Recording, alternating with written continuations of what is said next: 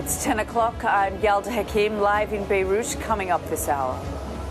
Israel launches another wave of strikes on Lebanon ahead of what it says are planned Hezbollah attacks on Israeli territory.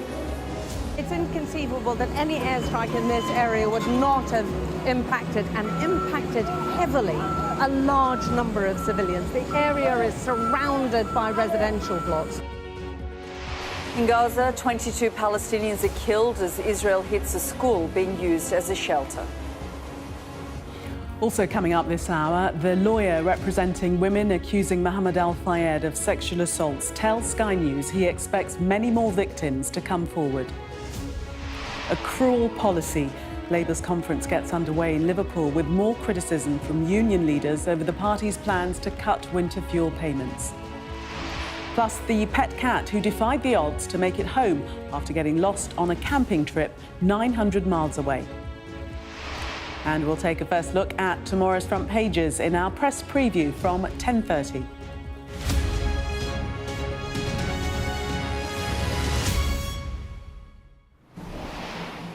Good evening from Beirut, where there is no sign of any lessening of the tensions tonight. This evening, Israel launched a wave of strikes in southern Lebanon ahead of what it said were Hezbollah plans to fire into Israeli territory. It comes as the Israeli military says it has almost completely dismantled Hezbollah's leadership following yesterday's airstrike in Beirut. But the risk of a wider conflict in the region clearly continues. The IDF carried out a number of strikes in Lebanon today, targeting Hezbollah positions after killing dozens of people in southern Beirut yesterday. It follows, of course, the attacks using wireless devices over the past few days.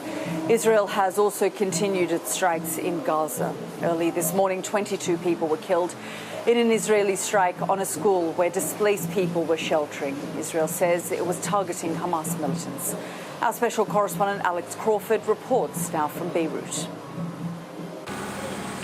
This used to be a multi-storey building, now flattened. The site of the Israeli strike is a scene of utter devastation. The rescue workers still haven't found all the missing people, among them children.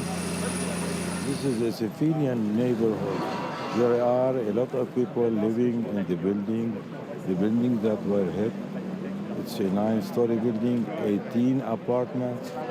It's filled of civilians. There were glimpses of basements. The Israeli military say they had intelligence that top Hezbollah commanders were meeting somewhere below ground here. Above, though, we saw homes and shops, their stock of women's clothes still hanging. It's inconceivable that any airstrike in this area would not have impacted heavily a large number of civilians. The area is surrounded by residential blocks, so obviously civilians were going to be impacted by this. The rescue workers are still looking for survivors with no expectation of finding any. The Israeli authorities boasted this attack almost completely dismantled Hezbollah's military chain of command. Lebanese cabinet ministers have called it a war crime. The bombing, the attack was indiscriminate in the term that so many civilians, children, women have been killed in this attack. And this is not acceptable. How do you view it? Would you call it a war crime? It is war crime by all standards. I mean, if you measure it, no matter how you measure it, how you look at it, it is a war crime. This is the third Israeli attack in Lebanon inside a week and has left the population fearful and anxious, with politicians urgently trying to garner international pressure against their neighbor. The targeting of a military person does not justify killing 30 civilians. In the way it was done, it's more than collateral damage. It was deliberate on killing everybody in that building. There's been no let-up by the Israelis on their northern border, though, marking one of the most intense bombardments of southern Lebanon in nearly a year.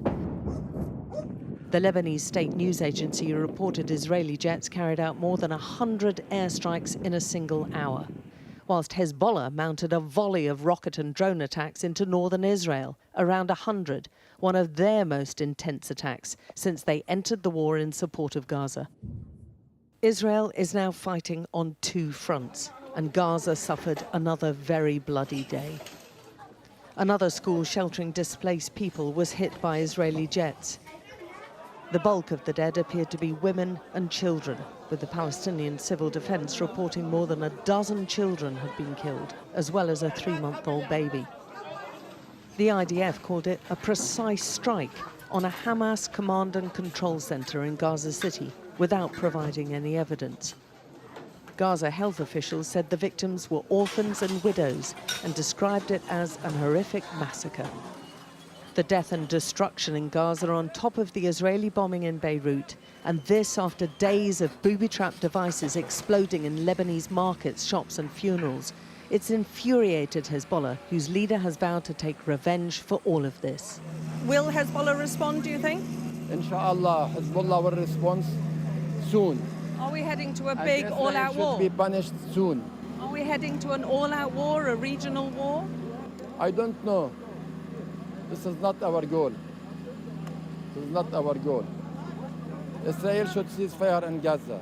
Israel should stop killing civilian people in Gaza.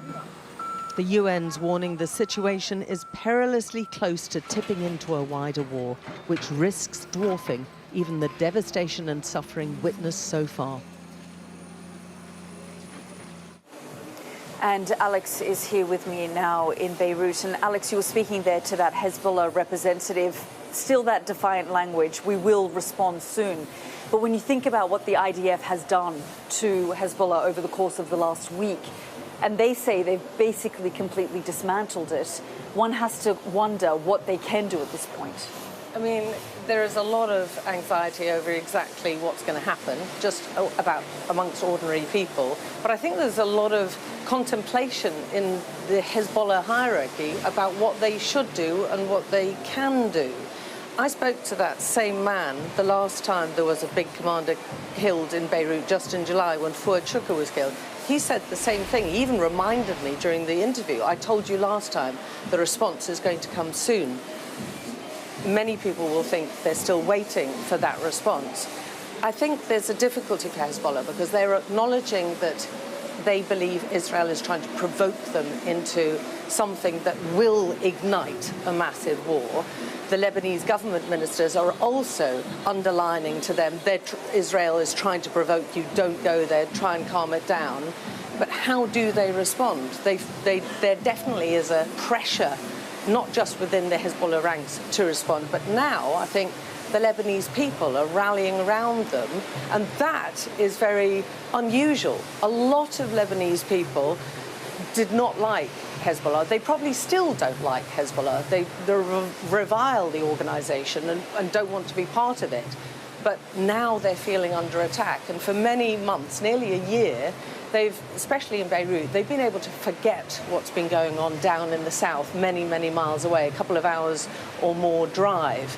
But the intensity of what's been going on, not just this week, but now, all through today and this evening, Israeli air jets were flying over the south of Lebanon and actually bombarded the area with more than 100 airstrikes in 1 hour during the day. Now, Hezbollah has also been firing. The most intense they've been since October the 8th, when they entered the war, they said, in solidarity with Gaza. So there's a lot going on. It's been going on all today.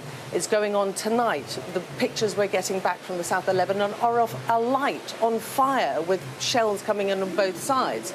So it's very difficult to see that this isn't already a big war. It's affected the communities down in the south with tens of thousands of people fleeing in Israel and in Lebanon. Now it's come to Beirut, and the people in Beirut, you're hearing drones all the time. We've heard them the last few days. They're hearing jets, Israeli jets flying over the capital on a regular basis, sonic booms all the time. Now, this bomb blast just yesterday, and they're on tenterhooks about what to expect next. And Hezbollah keeps on saying, we will punish you. And so everyone's waiting to see what will happen and expecting there will be something, just no one knows what it's going to be. And given that Hezbollah is feeling so vulnerable at this point in time and threatened, but as you say, this conflict has now very much come to the heart of Beirut, and this is almost a tale of two cities as well. There are people who are tonight rushing to the airport, making contingency plans, worried about those drones that you're talking about, and then there are others who are just trying to get on with their daily lives here. Lebanon is used to war, unfortunately. The people are incredibly resilient, but they have put up with civil war, economic collapse, invasions by Egypt and Israel over decades. So they are an extremely resilient people and almost defiant in the face of it. We're not going to be pushed out of our homeland. We're not going to flee terror.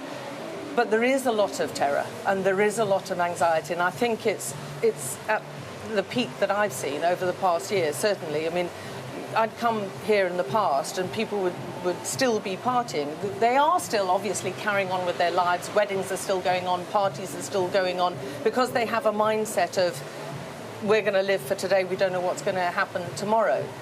But they're also acutely aware that they are now in a war arena, a war atmosphere, where there's a feeling within Lebanon anyway that outside actors are determined to have war. I mean, they're not just hearing it from Hezbollah, one side, but also from the Lebanese caretaker government, and ordinary people are seeing it for themselves. They're walking down rubble-strewn streets now and hearing drones and jets all the time. So to them, the war is already here. They just don't know which way it's going to turn now. Yeah, Alex, thank you so much for your reporting and all of your analysis there. And as Alex was saying, there is so much anxiety here. People are terrified. People are concerned.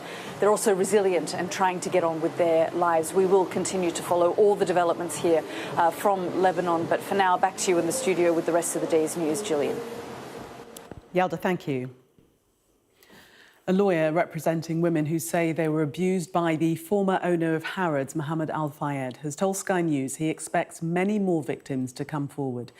The billionaire, who died last year, is accused of rape and sexual misconduct. And there are also questions over the role of other people in his organisation and what they knew.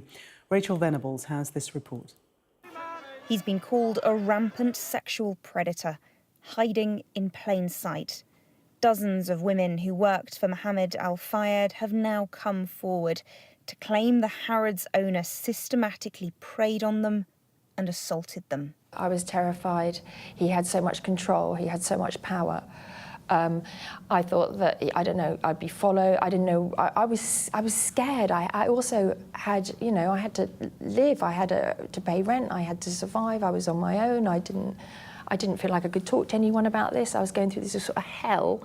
Plus, I feel like some part of me is like, he kind of brainwashed me to start with. I felt like I had this, I hated him, but I also thought he was like, I hated him, but I sort of cared for him too. They finally found the confidence to speak after his death last year. The number of women, I think, is, as I say, has obviously 37 of our clients are signed up to us. Many more, potentially up to 150, have made inquiries of us over the last 2 days. And now key questions remain. How many women did Al Fayed target, and how many people knew and protected him? One former head of Royal Protection says he warned the palace about Al Fayed. People need to stand up now and say, why was it that you were so hooked by this evil man? You know, there are many, many people who must have known what was going on. There must be many out there who hopefully are cringing. Much of the attention has focused on his time at Harrods, but the billionaire's power and influence stretched far beyond its glittering walls. Al Fayed owned Fulham for 16 years, taking the once struggling club to the top half of the Premier League. For the fans, Al Fayed was a club legend, but now a former manager has claimed they used to put in place extra precautions to protect the female players, saying the staff here knew their former owner liked young blonde girls. Fulham say they're concerned and troubled by these reports and that they are investigating. Well, he gave a lot to the club, but I don't think that changes what might have happened personally or professionally. I know it's a thing that you're innocent until proved guilty, but 130 women can't be wrong. So I'm absolutely disgusted in him. I want to make sure that the club are doing everything possible to find out deep down if anyone at the club was affected by it. Al Fayed's death last year means he can never face justice, and his alleged victims searching for accountability will instead have to focus on the people and places that protected him for so long, while knowing that at last their voices have been heard. Rachel Venables, Sky News. The leader of the Unite Union, Sharon Graham, has told Sky News that Sir Keir Starmer's plan to cut winter fuel payments is a cruel policy. She was speaking as the Labour Party conference got underway in Liverpool today, with the Prime Minister trying to draw a line under the row over accepting gifts. Sky's political correspondent Tamara Cohen reports. Look at the happy faces, listen to the applause. It's Labour's first conference in government for 15 years and the party's in celebratory mood. Welcome to conference, our biggest conference ever. The slogan is "Change begins," but the headlines feel like same old. Labour have had days of bad press over Keir Starmer taking £16,000 of clothes from a party donor. Last night it was announced that he, Chancellor Rachel Reeves and Deputy Prime Minister Angela Rayner, who also took cash donations for clothes, wouldn't do so in future. We certainly don't want the news and the commentary to be dominated by conversations about clothes when we have a really positive agenda for this country. But I think that these have always been very difficult issues in British politics. Although Labour MP Diane Abbott accused her party of being in the pocket of millionaires. Setting up here in Liverpool, they're hoping to draw a line under the row. At this conference, Labour ministers will be hammering the message that they inherited an economic mess, and so tough decisions, or spending cuts, in other words, are on the way. And it's that backdrop which makes stories about freebies hard to defend. I think it's disgraceful, personally, myself. That's just my personal opinion. There's families out there that have gone through much more hard than this, than what he's gone through. As long as he's open and honest about and being transparent about what he's doing, then that sits comfortably with me. It comes with the territory. You get these freebies. All people in the news get them. So no, I don't think it's a big idea. I think he should stop it. Hypocrisy, and he was quick to slate the Tories, wasn't he, for sleaze, anything like that. And you think this is all much the same? All the same, Westminster. Voters' minds can quickly turn. A new report into the election by researchers at Labour Together warns any deviation from the public's priorities could see support quickly fall away. Protests outside the venue today as Starmer is pulled in many directions this weekend, hoping his message can cut through the noise. Tamara Cohen, Sky News, Liverpool. Well, our political correspondent Serena Barker-Singh is in Liverpool for us tonight. And Serena, yet more criticism of that planned cut to winter fuel payments.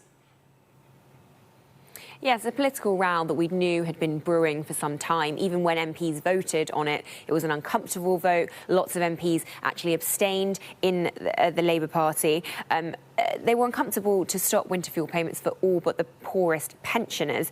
But the government did win that vote. That should have been a settled matter. Now what you've got is unions chiming in, potentially trying to lay down motions this conference at their own party's conference, which is a bit concerning. This was Sharon Graham, who is the head of Unite, one of Labour's biggest backers. This was her earlier, speaking to Trevor Phillips.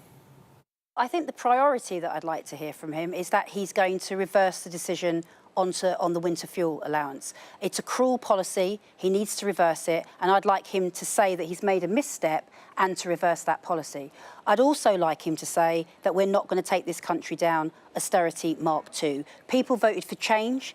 They need to see change, and he needs to reverse the winter fuel allowance and let people have that £300 they can put their heating on this winter. Now, Labour say they're doing this to partially plug the £22 billion hole they said the Conservatives left the economy in, and they're trying to fill that in any way they can. But it doesn't look good in the terms of the backdrop, which is this political row over donations, the fact that Keir Starmer has personally received over £100,000 in gifts and hospitality. Now, Number 10 have tried to quiet that storm down by saying that Keir Starmer and his top team will no longer be accepting donations on clothing. We're unclear on what's happening with the hospitality gifts. But now it seems like there's two rows brewing, all ahead of this conference. And in earnest, the conference doesn't really kick off until tomorrow. Serena, thank you.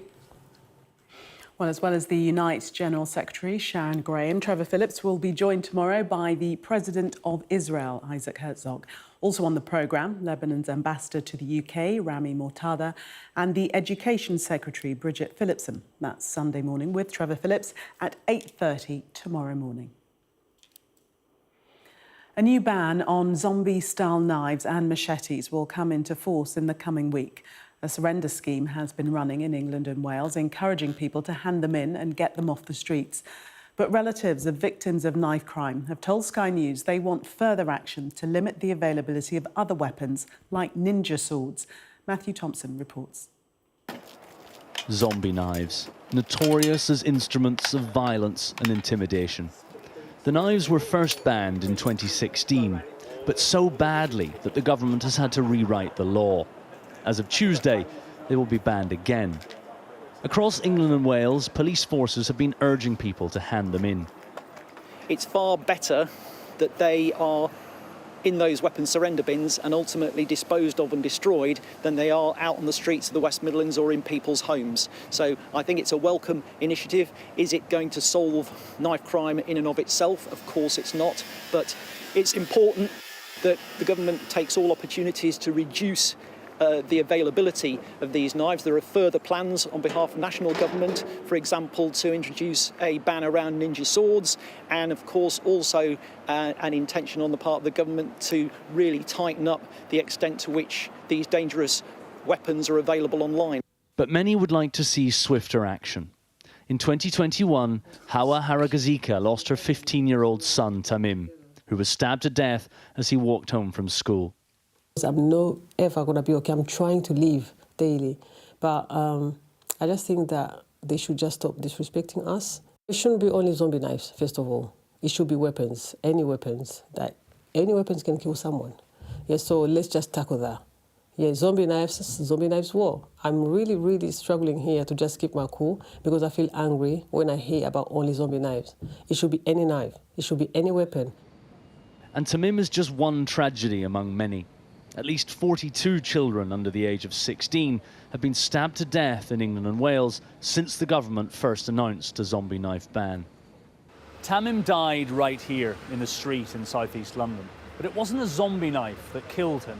And whilst campaigners welcome any attempt to get dangerous weapons off the streets, I've spoken to a few who are concerned that the availability of other knives and swords is so widespread that they'll quickly fill any gap left by the ban. But what we're fearful of is having finally banned zombie knives on the third attempt, that it will just displace the problem. And those who are intent on getting these knives will simply look for the next gruesome knife to buy. And we know that ninja swords are still available. So we fear that the problem will just move up a step rather than the problem be solved. Knife crime is complex. Banning dangerous blades may only be one part of the picture. But even on that narrow front, there's much more work to be done. Matthew Thompson, Sky News. Russia has launched 2 missile strikes on Ukraine's second largest city, Kharkiv, tonight, with one hitting a multi-storey apartment building. That's according to local officials. Earlier, an ammunition depot in Russia caught fire after a Ukrainian drone attack in the Krasnodar region. Videos shared online show the scale of the blast that triggered evacuations across the area. Sky News has seen more people rescued from small boats in the Channel and brought to shore in the UK. A Border Force boat was seen bringing people into Dover on 3 occasions today. They were seen getting off the boat before queuing to be processed by authorities. Heavy rain has triggered deadly landslides and floods in Japan.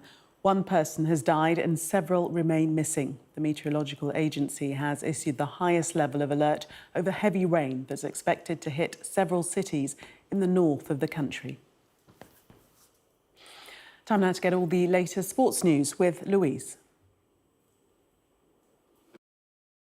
This Sky News Sports Bulletin is brought to you by Vitality. Getting more people more active. Live life with Vitality. We were both so excited to see each other as these little characters in a kid's book. It was brilliant, and we spent a lot of time laughing about doing it. You know, the book is two young lads, Kevin and Rob, exploring what heroes mean to them, and to have something that's physical that we completed together, and for it to be the last thing we did, which is such a positive thing as well, is great. And I know little Jackson Burrow, who's 5, has had this book read to him about 100 times and loves it. Can you try and elaborate a little bit on your relationship and why that bond was so special? We sat next to each other for 15 years in dressing rooms. You know, Rob was maybe 18 and I was 20, and both trying to make our way. Probably 300 days a year we sat in that dressing room and we chatted of some sort every day, albeit very, very different with Rob because he's crackers and he was crackers. I was there right at the start when Rob was diagnosed. And I think you have a choice to make as a friend. You're either going to be there with somebody or you're not. And it was a really easy decision for me and many of our teammates, I must say, to be there for him. You learn a lot about the M&D community when a friend's diagnosed, and it became apparent really early that people, when they're diagnosed with M&D, often stop getting visitors. Phone stops ringing, stop getting messages. People find it too difficult to confront and face it, and I made a promise that no matter how bad and difficult it got, I'd be there. Can you share with us a story about your relationship? Maybe it's funny, maybe it's emotional, something that you can share with us that perhaps not too many people know. Well, there's a fair few I have to erase straight away because they're not for public consumption. We're in a dressing room before a game, and Rob was always there early and always up to no good. He'd be walking around in his Speedos and listening to Al Pacino any given Sunday. And yeah, Danny Maguire came in one day and got stripped off pretty quickly because he was going having some treatment and left his Calvin Kleins out on shore. And Rob made a mark with the Jaffa cake on the Calvin Kleins and left them on shore, and we all waited for Danny to reappear into the dressing room, and you can imagine. So just stuff that kids do. 2, 1, go! With the book, you touched on it before, the importance of relationships.